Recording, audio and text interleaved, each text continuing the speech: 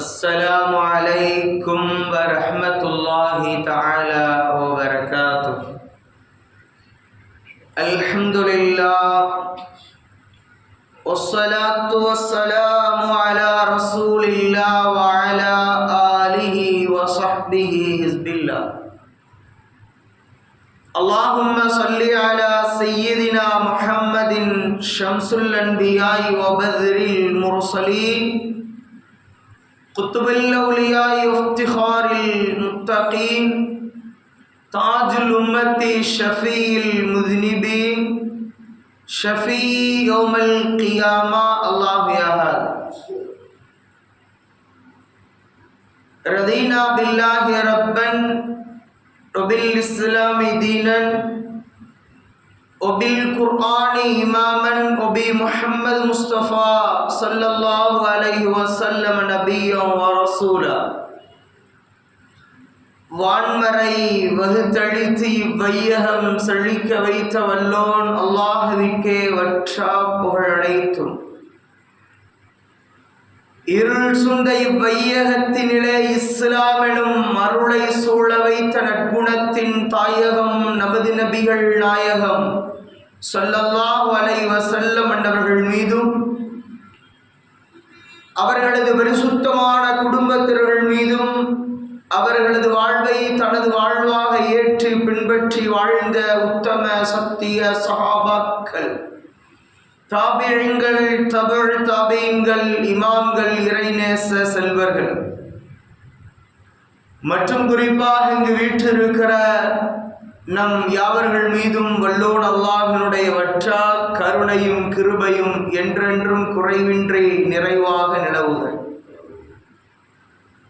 இறை இல்லமாம் கஅபா ஷரீஃபையும் இறை தூதுவரின் பூங்காவனமாம் ரௌதா ஷரீஃபையும் கனவிலும் நினைவிலும் கண்டுகளித்து உண்டு உறவாடி ஆனந்தமாய் அளவளாவி மகிழ்கிற நல்ல நசீபினை அல்லாஹ் நமக்கும் நாம் நேசிக்கிற மக்களுக்கும் நம்மை நேசிக்கிற மக்களுக்கும் அல்லாஹ் தந்தொர்பாலிப்பானாக. ஆரோக்கியமான நற்வளத்தையும் நற்சுகத்தையும் அகிலத்தில் யாவருக்கும் அல்லாஹ் அருள்பாலிப்பானாக. பேரன்பு கொண்ட பெரியோர்களே, அன்பிற்கினிய ஜமாத்தினர்களே, புனிதமிகு இந்த ஜாமியா வெள்ளி மேடையில் இன்று நாம் தெரியவிருப்பது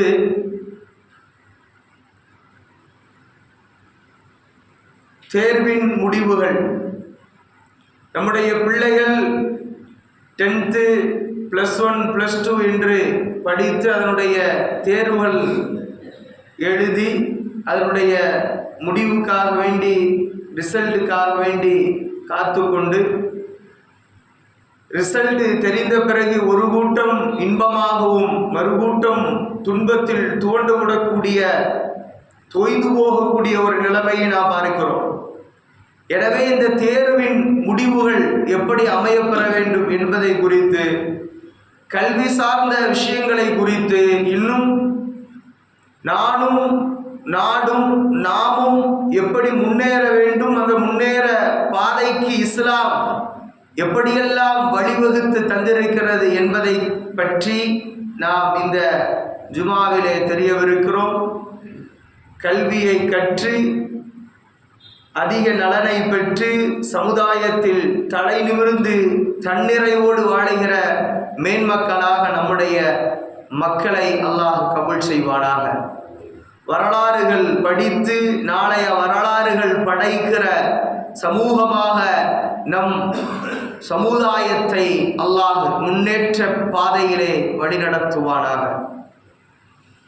அன்பிற்கினியவர்களே, வான்மறையின் முதல் வசனமாக அல்லாஹ் நமக்கு வலியுறுத்துவது, இந்த சமுதாயம் முன்னேற்ற பாதையில் பயணிப்பதற்காக வேண்டி என்ன விஷயங்களை அவர்கள் கையில் எடுக்க வேண்டும், எதை நோக்கி அவர்களது வாழ்க்கையில் பயணப்பட வேண்டும், எந்த பாதையில் சென்றால் வெற்றி கிட்டும் என்பதை குறித்து அல்லாஹ் ரப்பல் ஆலமீன் முதல் வசனத்திலே இந்த சமுதாயத்திற்கு அல்லாஹ் தட்டி எழுப்புகிறார். இந்த சமுதாயத்தின் அவல குரலுக்கு அல்லாஹ் ரப்பல் ஆலமீன் அல்லாஹ் வான்மறையில் வசனமிட்டு சொல்கிறான், இக்ரா பிஸ்மி ரப்பிக்கல்லதி ஹலக், படைத்த உன்னுடைய ரப்பின் திருநாமத்தை கொண்டு நீ படிப்பீராக, நீ கல்வி ஏற்றுக்கொள்வீராக, ஓதுவீராக என்ற எஜுகேஷன் நாலேஜியை குறித்து தான் அல்லாஹ் நம் வாழ்வரையின் முதல் வசனம் இடுகிறார். நன்கு கவனியுங்கள். தொழுங்கள் என்று அல்லாஹ் ஆணை பிறப்பிக்கவில்லை. ஜக்காத்து கொடுங்கள், ஹஜ்ஜு செய்யுங்கள், சதாகாலமும் இபாதத்திலே திளைத்து இபாதத்திலே இருங்கள் என்று அல்லாஹ் போதிக்கவில்லை.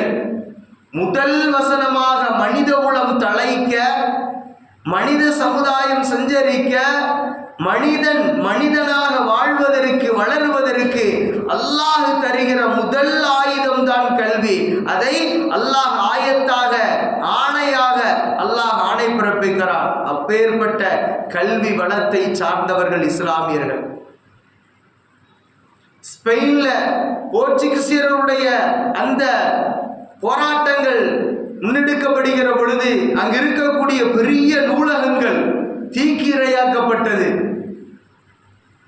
ஸ்பெயினின் நதிக்கரையில் நம்முடைய நூலகத்தினுடைய எல்லா நூல்களும் அந்த ஆறுகளில் ஓடவே தூக்கி எறியப்பட்டது. எழுதுகிறார்கள் வரலாற்றிலே, பல மாதங்களாக மை கலந்த நீரோடு அந்த நீரோடை ஓடியதாம். அப்படின்னா எவ்வளோ கல்வி இருக்கும். நம் சமுதாயம் முன்னேறக்கூடாது என்பதற்காக வேண்டி செய்யப்பட்ட சதிகள் இன்றைக்கு பல ரீதியில் நடந்து கொண்டிருக்கிறதை நாம் பார்க்கிறோம். இதையும் தாண்டி நாம் முன்னேற பாதையில் நாம் இந்த இந்திய தேசத்தில் தலை நிமிர்ந்து தன்னிறைவோடு வாழ வேண்டும் என்றால் நாம் கையில் எடுக்க வேண்டிய ஒரே ஆயுதம் கல்வி. நம் சமுதாயங்கள் கையில் எடுக்க வேண்டிய ஒரே ஆயுதம் கல்வி. நாம் வன்முறையின் ரீதியாக, போராட்டங்கள் ரீதியாக, ஆர்ப்பாட்டங்கள் ரீதியாக இதையும் சாதித்து விட முடியாது. நம்முடைய பேனா துளிகளால் நம் உயிர் துளி இருக்கிறது. ஆர்டர் போடுற இடத்தில் நம்முடைய சமுதாயம் வருகிற பொழுது அன்பிற்கினியவர்களை நம் சமுதாயம் மேலோங்கும். அந்த அடிப்படையில் தான் இன்றைக்கு தேர்வின் முடிவுகளை நம்முடைய மாணவர்கள் தேர்வு எழுதி காத்து கொண்டிருந்து ரிசல்ட் வரக்கூடிய இந்த நிலைமையை நாம் பார்க்கிறோம். குறிப்பாக 10th ஒரு மாணவன் தன்னுடைய பருவத்தில் சாதிக்க வேண்டிய மிகப்பெரிய சாதனை. இந்த கல்வியிலே நாம் சிறப்பாக அமைய வேண்டும். எந்த தொழில் செய்தாலும் கேட்கப்படக்கூடிய முதல் கேள்வி 10th என்ன மார்க், 12th என்ன ரிசல்ட் என்று. அப்புறம் இந்த 10ஆம் வகுப்பு மதிப்பெண்கள் நம்மை மதிப்பெண்கள் மாத்திரமல்ல, நாளைய மதிப்புகளை தரக்கூடிய ஒரு மார்க்காக, ஒரு மதிப்பெண்ணாக இருக்கிறது. அதனால் நம்முடைய பிள்ளைகள் நல்ல முறையில் படிக்க வேண்டும். அந்த படிப்பை ஊக்குவிக்கிறது நம்முடைய மார்க்கம். அந்த படிப்பின், அந்த தேர்வின் முடிவுகளே நம்முடைய வாழ்க்கை முடிவுகளாக மாறி போய்விடக்கூடிய நிலைமைகளும் பல மாணவர்களை நாம் பார்க்கிறோம். இன்னும் நல்ல கவனிக்கணும். என்னுடைய பிள்ளை, என்னுடைய மகன், என்னுடைய மகள் வருங்காலத்தில் இன்ஜினியராக, வருங்காலத்தில் இன்டெலிஜென்டாக, வருங்காலத்தில் IAS IPS ஆக, வருங்காலத்தில் அவர் அட்வொகேட்டாக, ஜட்ஜாக வர வேண்டும் என்றெல்லாம் நாம் கற்பனை செய்கிறோம். முதலில் நம்முடைய பிள்ளைகளை மனிதனாக்க பழகுவோம், மனித நேயத்தோடு பழகுவோம், மனிதன் என்கிற அந்த ஒரு மனித தன்மையை விதைப்போம். இதையெல்லாம் நாம் பேசி பழகுகிறோம். நம்முடைய ஆசைகள், நம்முடைய கற்பனைகள், நம்முடைய சிந்தனைகள் எல்லாத்தையும் நாம் பெற்ற ஒரு பிள்ளைகளுடைய சிந்தனையாக மாறுகிறோம். அது அல்ல, அது மார்க்கம் நமக்கு சொல்லித்தரவில்லை. ஒரு பிள்ளைக்கு நல்ல முறையில் டாக்டர் படிக்கணும் அப்படிங்கிற ஒரு ஆசை இருக்கும். அவனை கொண்டு போய் இன்ஜினியரில் போட்டால் என்ன நடக்கும்? ஒரு பிள்ளைக்கு கேள்வி கேட்கக்கூடிய கேள்வி திறன் இருக்கிறோம், ஆர்கியூ பண்ணக்கூடிய அந்த டேலண்ட் இருக்கும். அவங்க கையில் ஊசியும் சத்தஸ்கோப்பி கொடுத்தா என்ன பண்ணுவான்? வர்ற பேஷண்ட்டை குண்டக்க தான் கேள்வி கேட்பான். அப்படின்னா யாருக்கு என்ன டேலண்ட் இருக்குது, என்ன திறமை இருக்குது, அந்த திறமை நாம் கண்டறிய வேண்டும். அது ஓரளவுக்கு 8th 10th வரும் பொழுது நம்முடைய பிள்ளைகள்கிட்ட நாம் முதலில் மனம் விட்டு பேச வேண்டும். என்ன பிரச்சனை உனக்கு? அந்த பருவம்தான் பருவ மாற்றத்திற்குரிய சிந்தனைகள் வேறு பாதையில் செல்லக்கூடிய அந்த ஏஜ் டீனேஜ்ங்கிறது. அப்புறம் அந்த நிலைமையில் பெற்றோர்களாக இருக்கிற நாம் அந்த பிள்ளைகளுக்கு அவருடைய கனவுகள் என்ன, அப்படி என்ன கற்பனை இருக்கிறது, அப்படி என்ன டேலண்ட் இருக்குது என்பதை நாம் உற்று நோக்க வேண்டும். அவர்களுடைய ஆசைகள் என்ன என்பதை நாம் கேட்க வேண்டும். ஹதீஸ்ல ஸல்லல்லாஹு அலைஹி வஸல்லம் இப்படி சொல்லி தராங்க. பெருமானாருடைய சபை நமக்கெல்லாம் கேள்விப்பட்டிருப்போம். நபிகள் நாயகம் ஸல்லல்லாஹு அலைஹி வஸல்லம் பால் குடித்து விட்டு எந்த ஒரு சபையிலும் ஒரு விஷயத்தை பரிமாறுகிறோம் என்றால் வலதுபுறத்தில் நாம் பரிமாற வேண்டும், அது சுன்னத். ஆனால் இங்கு வலதுபுறத்தில் ஒரு சிறுவன் இருக்கிறார், இடதுபுறத்தில் பெரும் சஹாபியான பெருமானார் ரசூலுல்லாஹி ஸல்லல்லாஹு அலைஹி வஸல்லம் அவர்களுக்கு அடுத்தாக இருக்கக்கூடிய அபூபக்கர் சித்திக் ரலியல்லாஹு அன்ஹு சஹாபிகளிலே மேன்மையான உன்னதமான முதல் கலீஃபா இருக்கிறார் இடது பக்கம். அப்ப ஸல்லல்லாஹு அலைஹி வஸல்லம் அந்த விதி மீறலை பெருமானார் மீறவில்லை. வலது பக்கத்தில் இருக்கிற அந்த சிறுவரிடத்தில் கேட்கிறாங்க, மார்க்கத்தின் அடிப்படையில் நான் இந்த பாலை நான் பரிமாற வேண்டும் என்றால் வலதுபுறத்தில் கொடுக்க வேண்டும். ஆனால் நீங்கள் அனுமதி தந்தால் பக்கத்திலே அருகாமையிலே இடதுபுறத்திலே அபூபக்கர் சித்திக் ரலியல்லாஹு என்ற உன்னத சஹாபி இருக்கிறார்கள், அனுமதி தருவீர்களா என்று யாருங்க அண்ணல் நபி கேட்குறாங்க. பாருங்க, நம்ம என்னைக்காவது கேட்டிருக்கோம் நம்ம பிள்ளைகிட்ட, ராஜா என்ன படிக்கணும் அப்படின்னு கேட்கணும். கேட்கலன்னு அவன் படிக்கணுமான்னு யோசிப்பான். வராத படிப்பை வாவானா எப்படி வரும் அப்படின்னு டைலாக்லாம் சொல்லுவோம். ஆனால் நம்மளுடைய பிள்ளைகள்கிட்ட அன்போடு பண்போடு பரிவோடு நாம் நடத்துவோமே ஆனால் ஒரு 35 மார்க்கு வாங்கிட்டவன ஒரு 50 மார்க்கு ஸ்டேஜில் கொண்டாடுங்க, அவன்கிட்ட அடுத்து 80 மார்க்கு அவன் ஸ்கோர் பண்ணுவான். 80 மார்க்கு வாங்கக்கூடியவனை சென்டம் வாங்குற அளவுக்கு நீ என்கரேஜ் பண்ணுங்க, அவன் நெக்ஸ்ட் எக்ஸாமினேஷன்ல சென்டம் வாங்குவான்.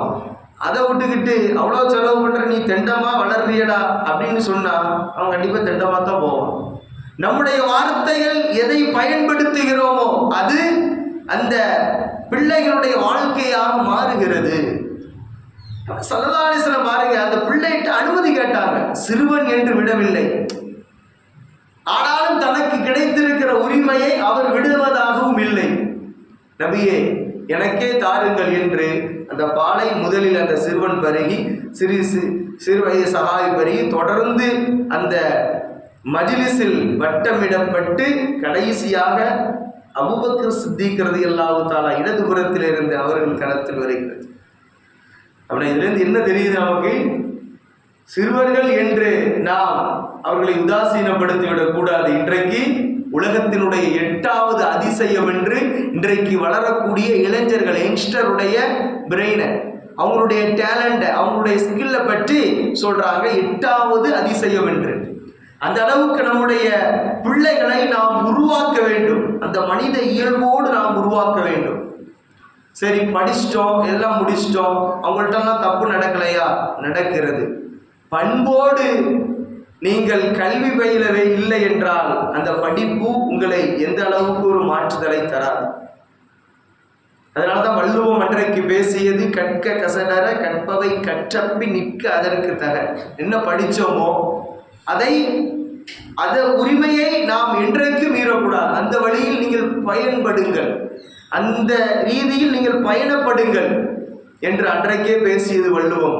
அன்பிற்கினியவர்களே, கல்வி என்பது மிக மிக அழிக்க முடியாத ஆணித்தரமான சொத்து. பெற்ற தாயும் இந்த சமூகமும் நம்மை கைவிட்டால் கற்ற கல்வி கூட ஒரு நாளும் நம்மை கைவிடாது. இதற்கு அனுமதியல்லாஹு தஆலா சான்று. சஹாபிகள்கிட்ட இல்லாத ஸ்கில்லாங்க, சஹாபாக்கள்கிட்ட இல்லாத டேலண்டா அலி ரலியல்லாஹு தஆலா அறிவின் பொக்கிஷம். அவர்கள் அறிவின் பொக்கிஷமாக இருந்தார்கள். ஒரு அட்வொகேட்டினுடைய ஒரு சீனியர் லாயருடைய மென்டாலிட்டி அலி ரலியல்லாஹு தஆலாவுக்கு இருந்தது. வழக்காடுகிற அந்த ஆளுமை அலி ரலியல்லாஹு தஆலாவிற்கு இருந்தது. குர்ஆனில் எந்த பக்கத்தில் எந்த வார்த்தைகளை கேட்டாலும் அதற்கு செக்ஷன் வாரியாக பதில் சொல்லக்கூடிய டேலண்ட் அலி ரலியல்லாஹு தஆலாவிற்கு இருந்தது. அலி ரலியல்லாஹு மூலமாக அட்வொகேட் நாலேஜை நம்முடைய பிள்ளைகளுக்கு கொடுத்தோமா? எத்தனை யூத சமுதாயங்கள் குதர்க்கமான விதண்டாவாத கேள்விகளை கேட்டாலும் அதற்கு அறிவு சார்ந்த ரீதியில் அலி ரலியல்லாஹு தஆலா குர்ஆன் ரீதியாக பதில் சொன்னார்கள் என்பது வரலாறு. பெருமானார் ரசூலுல்லாஹ் வேண்டி விரும்பி மனமுடித்த, அல்லாஹ் மனமுடித்து கொடுத்த அன்னை ஆயிஷா அம்மா அவரிடத்தில் இல்லாத திறனா? டாக்டர் அவர்கள், இன்னும் சொல்ல போனா அந்த காலத்தில் PhD முடித்த டாக்டர். எல்லா விதமான பெரும் பெரும் சஹாபாக்களும் அன்னை ஆயிஷா ரலியல்லாஹு தஆலாவிடத்தில் மருத்துவத்தை வேண்டி, கல்வியை வேண்டி இருப்பார்களாம். தலைவலிக்கு ஒரு ட்ரீட்மெண்ட் சொல்லுவாங்க, நெஞ்சு வலிக்கு ஒரு ட்ரீட்மெண்ட் சொல்லுவாங்க, கால்வலிக்கு ஒரு ட்ரீட்மெண்ட் சொல்லுவாங்க. ஹப்பத்து சௌதா, கருஞ்சீரகம் நாம் கேள்விப்பட்டிருக்கோம். இன்றைக்கு மிகுதமாக மருத்துவத்தில் பயன்படுத்தக்கூடியது இந்த கருஞ்சீரகம், ஹப்பத்து சௌதா. ஆயிஷாமா சொல்லுவார்கள், மரணத்தை தவிர வேறு அனைத்திற்கும் மருந்து இந்த கருஞ்சீரகத்தில் இருக்கிறது. கருஞ்சீரகம் தைலம் நிறைய விற்கிறாங்கன்னு. இதெல்லாம் என்ன? அவர்கள் அன்றைக்கு சொல்லி தந்த மருத்துவம். யுத்த காலங்களில் பெண்கள் செல்லக்கூடாது, ஆனால் சென்றார்கள். எதற்கு? காயப்பட்ட அந்த போர் வீரர்களுக்கு சிகிச்சை வழங்குவதற்காக. எவ்வளவு பெரிய டேலண்ட் பாருங்க, நர்சிங் வேலை. காயப்பட்டவர்களுக்கு சிகிச்சை செய்வதற்காக வேண்டி இப்படி எல்லா துறைகளிலும் நம்முடைய சமுதாயத்தை அல்லாஹ் ஊக்குவிக்கிறார். வான்மறையில் நீங்கள் பாருங்கள், சூரத்துல் கஹ்ஃப் ஓதிருப்போம். சூரத்துல் கஹ்ஃப்ல அல்லாஹ் ரப்பல் ஆலமீன் யாஜூஜ் மஜூஜ் கூட்டத்தை தடுப்பதற்காக வேண்டி துல்கர்னைன் என்ற மிகப்பெரிய ஒரு சிவில் இன்ஜினியர் மிகப்பெரிய ஒரு சுவரை எழுப்பினார் அப்படின்னு வரலாறு நாம் படிக்கிறோம். அன்பிற்கினியவர்களே, இன்றைக்கு இருக்கக்கூடிய உலகத்திலே நாம் சவால் விட்டு சொல்லலாம், கியாமத்து நாள் வரை கட்டி எழுப்பப்பட்ட ஒரு சுவர், கியாமத்து நாள் வரை அதை அசைக்க முடியாது, அது எந்த விதமான டேமேஜ் ஆகாதுங்கிறது நாம துல்கர்னைன் அவர்கள் எழுப்பிய அந்த ஒரு சுவரை சொல்லலாம். சொல்ல முடியுமா? இன்னைக்கு ஒரு இன்ஜினியர், ஒரு சிவில் இன்ஜினியர், ஆர்கிடெக்ட் படிச்சவர் சொல்ல முடியுமா? ஸ்கெட்ச் போட்டு கொடுத்துட்டு போயிடுவாரு. இது இத்தனை வருஷம் கேரண்டிங்க, அதுல எந்த விதமான விரிசல் அடைந்தா நான் அதை சரி பண்ணி தரேன் சொல்ல முடியுமா? இது கியாமத்து நாள் வரை டேமேஜ் ஆகாம இருக்கும் சொல்ல முடியுமா? ஆனால் ஒருத்தர் சொன்னார், அவர்தான் துல்கர்னைன். அவருடைய கல்வி எப்படி இருக்கும், அவருடைய அந்த ஃபார்முலா எப்படி இருந்திருக்கும் யோசிச்சு பாருங்க. அவர்களெல்லாம் குர்ஆன் விஞ்சி போற்றக்கூடிய மன்னர்கள், மேதைகள். இப்படி எல்லா துறைகளிலும் சாதித்திருக்கிறார்கள். தாவூத் அலைஹிஸ்ஸலாம் வலன்னா லஹுல் ஹதீத், இரும்பை உருக்கி உருக்கு சட்டைகளும் இன்னும் பல விதமான போர் சாதனங்களை உற்பத்தி செய்கிறவர்கள் யார்? தாவூத் அலைஹிஸ்ஸலாம். நேவி டிபார்ட்மெண்ட்ல வாங்க, நூஹ் அலைஹிஸ்ஸலாம். என்னங்க டைட்டானிக் கப்பல் அல்லது நீர்மூழ்கி கப்பல் மூழ்கி வெடிச்சிச்ச, இதெல்லாம் என்ன கப்பல்? மிக பிரம்மாண்டமான ஒரு கப்பலை மிகப்பெரிய பருவநிலையோடு ஒத்து போகக்கூடிய மிகப்பெரிய வெள்ளை பிரளயத்திலே பயன்படுத்தப்பட்டது நூஹ் அலைஹிஸ்ஸலாமுடைய கப்பல். எப்படி மெரைன் இன்ஜினியரிங்க்கு எவ்வளோ ஒரு ஒரு புள்ளியாக நூஹ் அலைஹிஸ்ஸலாம் இருந்திருக்கிறாங்க. இப்படி எல்லா துறைகளிலும் பார்க்க போனால் அல்லாஹ் ரப்பல் ஆலமீன் கல்வியை குறித்து மிக மிக தெளிவாக, மிக துல்லியமாக அல்லாஹ் ஊக்குவிக்கிறார். எல்லாம் இருந்து நம்முடைய சமுதாயம் மிகப்பெரிய ஒரு கல்வி என்கிற ஆயுதத்தை பெற்ற நம் சமுதாயம் ஏன் கல்வியிலே பின்தங்குகிறது? சொல்றோம், சச்சார் கமிஷன் அப்படி சொல்லுது, ரங்கநாத் மிஸ்ரா அறிக்கை இப்படி சொல்லுது, நம்ம கல்லாமை இல்லாமை இயலாமை இதிலே போய் கொண்டிருக்கிறோம் என்று சொல்லியே நம் சமுதாயத்தை இயலாமையிலே ஆக்கிவிட்டார்கள். ஏன்னா நம்மால முடியாதா? பெரும் பெரும் பணம் படைத்த கொழுத்த பணக்காரர்களால் இது முடியாதா? எங்க மஹல்லா வாரியாக யோசிச்சு பாருங்க. ஒரு மஹல்லாவுக்கு எப்படியும் ஒரு 2000-3000 மக்கள் இருப்பாங்க இல்லையா? ஒரு நாளைக்கு ஒரு ரூபாங்கிற ஸ்கீம்ல யோசிச்சு பாருங்க. ஒரு நாளைக்கு ₹1 இந்த கல்விக்காண்டி சமுதாயத்துக்காண்டி நான் கொடுக்குறேன் அப்படின்னு ஒவ்வொரு மஹல்லாக்களையும் முன் வந்தா அதுவே ஒரு மாசத்துக்கு எவ்வளோ ஆகுதுங்க? வருஷத்துக்கு எவ்வளோ ஆகுது? நம்ம மஹல்லாவில் தொழிலால் பின்தங்கியவர்கள் அல்லது படித்து முடித்து அதிக மதிப்பெண் பெற்று அடுத்த மேல் முடியாத மக்கள், மருத்துவ உதவிக்காக வேண்டிய மக்கள், இதெல்லாம் இதிலிருந்து நம்மள்கிட்ட நாமளே தீர்வு வழங்கலாமாங்க. இதுவே இந்த அளவுக்கு நம்முடைய சமுதாயம் தன்னிறைவாக இருந்தது. என்றைக்கும் கல்வியையும் மருத்துவத்தையும் வியாபாரமாக்கப்படவில்லை. நம் சமுதாய மக்கள் ஆட்சி செய்த வரை இன்றைக்கு இருக்கக்கூடிய பிக்கஸ்ட் பிஸ்னஸ் இந்த ரெண்டு தான், மெடிக்கல் அண்ட் எஜுகேஷன். கல்வியையும் மருத்துவத்தையும் ஆண்ட 800 ஆண்டு காலம் ஆண்டார்களே முகலாய மன்னர்கள். அக்பர், ஷாஜகான் தொடங்கி நம்முடைய அவுரங்கசீப் வரை எடுத்து பாருங்க. எந்த ஒரு மன்னனாவது எந்த ரீதியிலாவது கல்வியையும் மருத்துவத்தையும் காசுக்காக வேண்டி சொல்லிட முடியுமா? எடுத்து பாருங்க இந்தியாவினுடைய வரலாறு, அவருடைய ஆட்சி காலத்தில். ஏன் இஸ்லாம் இந்த இரண்டையும் இலவசமாக்குகிறது. ஆனால் இன்றைக்கு காலத்தின் கோலம் இந்த இரண்டையும் கட்டாயப்படுத்தி லாபம் ஈட்டுகிற வணிக பொருட்களாக மாறிவிட்டது. அதில்தான் இன்றைக்கு நானும் நீங்களும் நம் பிள்ளைகளும் படிக்க வேண்டிய நிலைமை. நான் தீண்டத்தகாதவன் என்றான், பிறகு படித்தான் நீட்டு என்றான். அப்படின்ற நிலைமை தான் இன்றைக்கு நம்ம சமுதாயம் போய் கொண்டிருக்கிறது. ஆக இந்த நீரோட்டத்தில் தெளிந்த நீராக நம்முடைய மாணவர்களையும் நாம் பயணப்படுத்த வேண்டும் என்றால் நாம் அப்டேட் ஆகணும். நம்ம சமுதாயம் அப்டேட் ஆகணும். இன்னும் பழைய புராணத்தையே பழைய பஞ்சாங்கத்தையே பாடி பாடி இருந்தா அல்லாஹ் ஒரே இடத்துல இருக்க வேண்டியதான். ஓடுகிற நீரோடையோடு நாமும் கலந்து விட வேண்டும். அப்பொழுதுதான் நாம் சாதனை படைக்க வேண்டும். நம்மை அடக்கி ஆளக்கூடிய சட்டங்களில் இருந்து நாம் விடுபட வேண்டும். இன்ஷா அல்லாஹ் அந்த சமுதாய புரட்சியை அல்லாஹ் வருங்காலங்களில் நம்முடைய பிள்ளைகளுக்கு அல்லாஹ் தருவானாக. எல்லாம் படிச்சு பாஸ்போர்ட் எடுத்து விசா எடுத்து வெளிநாட்டுகளுக்கு போய் என்ன செய்யுங்க, போயிட்டு முடிச்சுட்டு இந்த மண் நமக்கு சொந்தமா இருக்கணுமா இல்லையா? நீ எங்கிருந்து வந்தான்னு கேட்பான். இல்ல 10 வருஷம் வெளிநாட்டுல இருந்த அப்படியே அவன் அங்கேயே இரு, நீ இந்த நாட்டுக்கு சொந்தம் இல்லம்பா, என்ன பண்ண போறோம்? யோசிக்க வேண்டும் அன்பிற்கிடையவர்களே. நம்ம சமுதாயத்தை கல்வி என்ற ஆயுதத்தினால் தான் நாம் கட்டமைக்க முடியும். ஆனால் அந்த கல்வி எப்படி இருக்க வேண்டும்? இறைவனை சார்ந்து இருக்க வேண்டும். அதனால்தான் ஸல்லல்லாஹு அலைஹி வஸல்லம் சொன்னார்கள், அல்லாஹும்ம இன்னா நஸ்அலுக இல்மன் நாஃபியா. ஜம்சம் நீர் இருக்கிறதுலே மிக உன்னதமான உயர்ந்தது நீர். நீர் போல் வாழ வேண்டும். தண்ணீர் மிக முக்கியம்.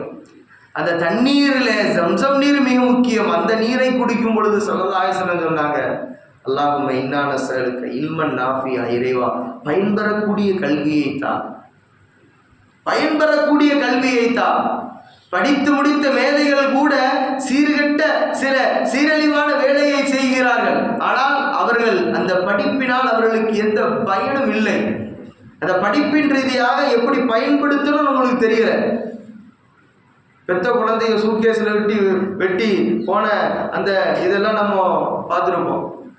வெரி இன்டெலிஜென்ட் அப்படின்னு சொல்லி கொண்டிருந்த அந்த பெண்மணி எல்லாம் நம்ம வரலாற்றில் படிக்கிறோம்.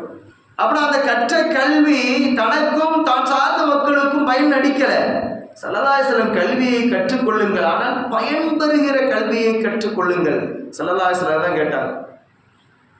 இன்றைக்கு நம்முடைய மாணவர்கள் படித்து முடித்து நம்முடைய குரல்கள் ஓங்க வேண்டும் என்று சொன்னால் அன்பிற்கிடையவர்களே, நம்முடைய சட்டத்துறையில் நம்முடைய குரல் ஓங்க வேண்டும். பெரும் பெரும் சட்டங்களால் நம்முடைய சமுதாயம் இன்றைக்கு அடக்கி ஒடுக்கப்படுகிறது.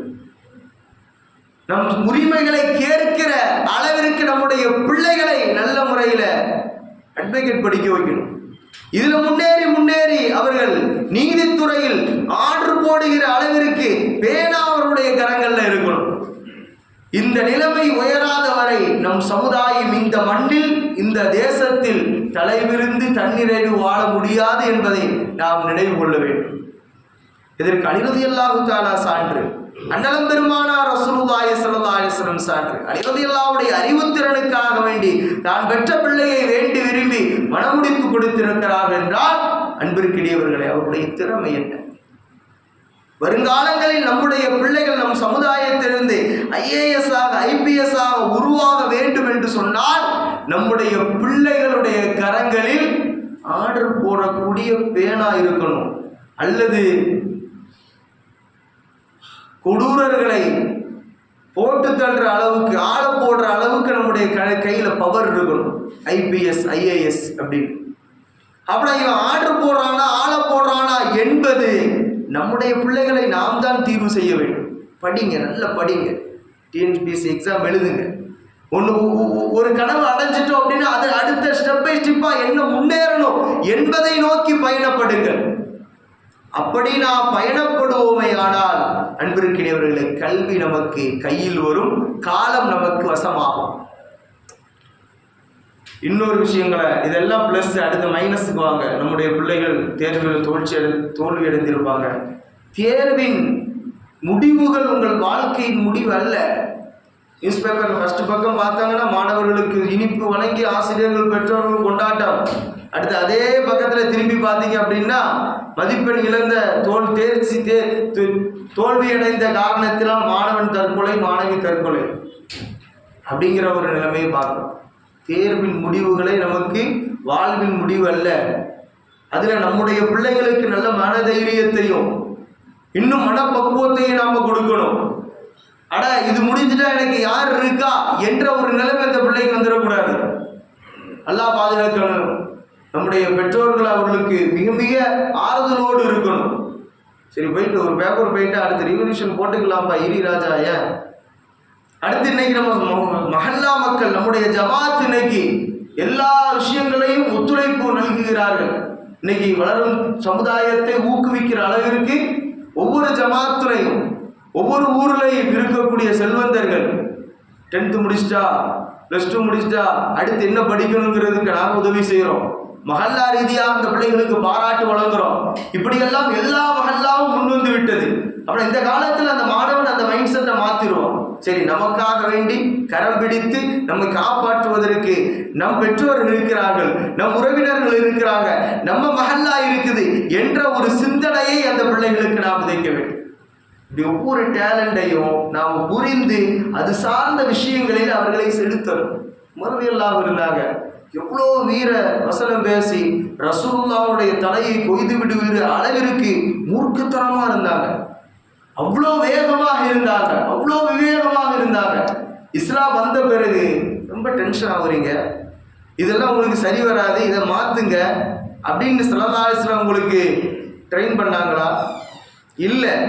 நீங்கள் எப்படி இருக்கிறீங்களோ, உங்களுடைய சிந்தனை எப்படி இருக்கிறதோ, இதுவரை இஸ்லாத்திற்கு அகேன்ஸ்டாக இருந்தீங்க, இப்போ இஸ்லாத்திற்கு ஃபேவராக இருங்க அப்படின்னு அவர்கள்ட்ட இயற்கையாக இருந்த மூர்க்கத்தனம், அவரிடத்தில் இருந்த இயற்கையான கோபதாபம், அவர்களிடத்தில் இயல்பாகவே வாய்த்து விட்ட திறமையை ஸல்லல்லாஹு அலைஹி வஸல்லம் இஸ்லாத்தில் வந்த பிறகு நீங்க உங்களை மாத்திக்கிடுங்கன்னு ஸல்லல்லாஹு அலைஹி வஸல்லம் சொல்லலை, இதை வேறு திசையில் பயன்படுத்துங்க அப்படின்னாங்க. இவ்வளோ ரீதியில நீங்க கொடூரமாக நடந்து கொண்டீர்கள் என்றால் இஸ்லாம் வந்த பிறகு இஸ்லாத்திற்கு ஃபேவரா இருங்க. உமர் ரலியல்லாஹுடைய ஆட்சி காலத்தில் தான் எல்லா மக்களும், அருகில் இருந்த எல்லா மன்னர்களுக்கும் கடிதம் எழுப்பி எல்லா மக்களும் இஸ்லாத்தில் இணைந்தார்கள் என்று வரலாறு பேசுகிறது. ரோம பேரரசு கூட உமர் ரலியல்லாஹுடைய ஆட்சியின் கீழ் வந்தது என்று நாம் வரலாறு படிக்கிறோம் என்றால் இவர்களெல்லாம் வரலாறு படைத்ததின் காரணமாக நாம் வரலாறு படிக்கிறோம். எல்லாம் அல்ல அல்லாஹ் அந்த ஒரு திறனை நம்முடைய பிள்ளைகளுக்கு அல்லாஹ் தந்தருள் பாலிப்பானாக. அடுத்து நம்முடைய பெண் பிள்ளைகள் என்று வருகிற பொழுது அவர்களுடைய கல்வியை இன்றைக்கு முடக்கக்கூடிய ஒரு சமுதாயமாக இன்னைக்கு நம்ம மாறிட்டோம். எங்க ஃபர்தாவுடைய விஷயம்லாம் அதனால தாங்க வந்துச்சு. நம்ம பிள்ளைகளை நம்ம பசங்க படிக்கிறானா இல்லையோ, நம்ம பிள்ளைங்க நல்லா படிக்கிறாங்க, நம்ம பெண் பிள்ளைங்க நம்ம படிக்கிறாங்க, இவங்க கல்வி எப்படி முடக்கணும் என்பதற்காக வேண்டியது அந்த ஃபர்தா விஷயம். அதெல்லாம் கொஞ்சம் பிரச்சனையாக நடந்துச்சு கர்நாடகாவில். அப்புறம் இதையும் தாண்டி நம்முடைய பிள்ளைகள் படிக்கிறாங்க அப்படின்னா இயற்கையாகவே பெண்களுக்கு அதிகமான ஒரு மெமரி பவர் எல்லாம் கொடுத்துருக்குறான். அது இயற்கை, ஒத்துக்கொள்ளணும். நாம வெளியே போயிட்டா என்னெல்லாமோ மறக்கிறோம். பைக் சாவி எங்கே வச்சேன்னு தெரியல, ஏடிஎம் கார்டுனுடைய 4 டிஜிட்டே சம்டைம் மறந்துடுறோம். ஆனால் பெண்கள்கிட்ட சொல்லி பாருங்க ஒரு விஷயம். அதனால தான் ஆயிஷா அம்மா, அதனால தான் ஃபாத்திமா அம்மா, மெமரி பவர் அதிகம் ஆயிஷா அம்மாவுக்கு. ஸல்லல்லாஹு அலைஹி வஸல்லம் சொல்றாங்களா இல்லையா, பெருமானாருடைய ஹதீஸை அதிகமாக அறிவித்தவர்கள் ஆயிஷா அம்மா தான் முதலிடம். அப்படின்னா நம்முடைய ஆயிஷாவும் நம்முடைய ஃபாத்திமாவும் அந்த டேலண்ட் இருக்காதா இல்லையா?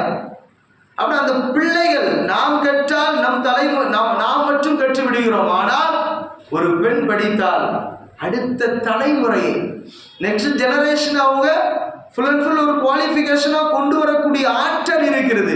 ஸல்லல்லாஹு அலைஹி வஸல்லம் தான் சொன்னாங்க, அன்னையின் மடியே முதல் பாடசாலை, முதல் மதரசா அப்படின்னாங்க ஸல்லல்லாஹு அலைஹி வஸல்லம்.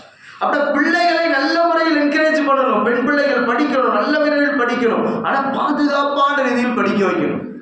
முருகன் கூட, ஐயப்பன் கூட, ஜோசப் கூட பழகாம நல்ல முறையில் என்ன செய்யணும், நாகரிகத்தோடு இஸ்லாம் சொல்லி தருகிற அளவிற்கு கட்டுக்கோப்பாக நம்முடைய பிள்ளைகளை படிக்க வைத்து வேலைக்கு அமர்த்துவதும் கூட தவறில்லை. இன்றைக்கு உள்ள நிலைமைகள்ல நம்ம பார்க்கிறோம், பஸ் கண்டக்டர் இருந்து பைலட் வரை நம்முடைய பெண்கள் இன்றைக்கு இருக்கிறாங்க. அப்படி அனைத்து துறைகளிலும் நாம் சாதிக்க வேண்டும், நாம் வருங்காலத்தை உருவாக்க வேண்டும் என்று சொன்னால் எல்லா விதமான கல்விகளிலையும் எல்லா நிலைமையிலும் நம் காலடி தடம் பதிக்காத வரை இந்த சமகாலத்திலே நம்முடைய சம உரிமையை நாம் பெற முடியாது என்பதை நாம் வரக்கூடிய இந்த தேர்தல் ரிசல்ட் நம்ம விலக போறோம் இன்ஷா அல்லாஹ். அதையும் அல்லாஹ் ரப்பல் ஆலமீன் நம் இந்திய மக்களுக்கு சாதகமாக அல்லாஹ் அமைத்து தருவானாக. இது ஒன்று என்றால், பணம் படைத்த பெரிய செல்வந்தர்கள் 2 பேர் வேலை செய்வாங்க. சென்னையை பொறுத்தவரை அப்படிதான், ஹஸ்பண்ட் அண்ட் ஒய்ஃப் வேலைக்கு போறாங்க. என்ன பண்ணணும், தான் பிள்ளைகள் தான் உறவுகள் என்ற ஒரு கடிவாளம் விடப்பட்ட சிந்தனை இல்லாமல் உள்ளுவதெல்லாம் உயர்வுள்ளல் உயர்ந்த எண்ணத்தோடு வாழுங்கள்.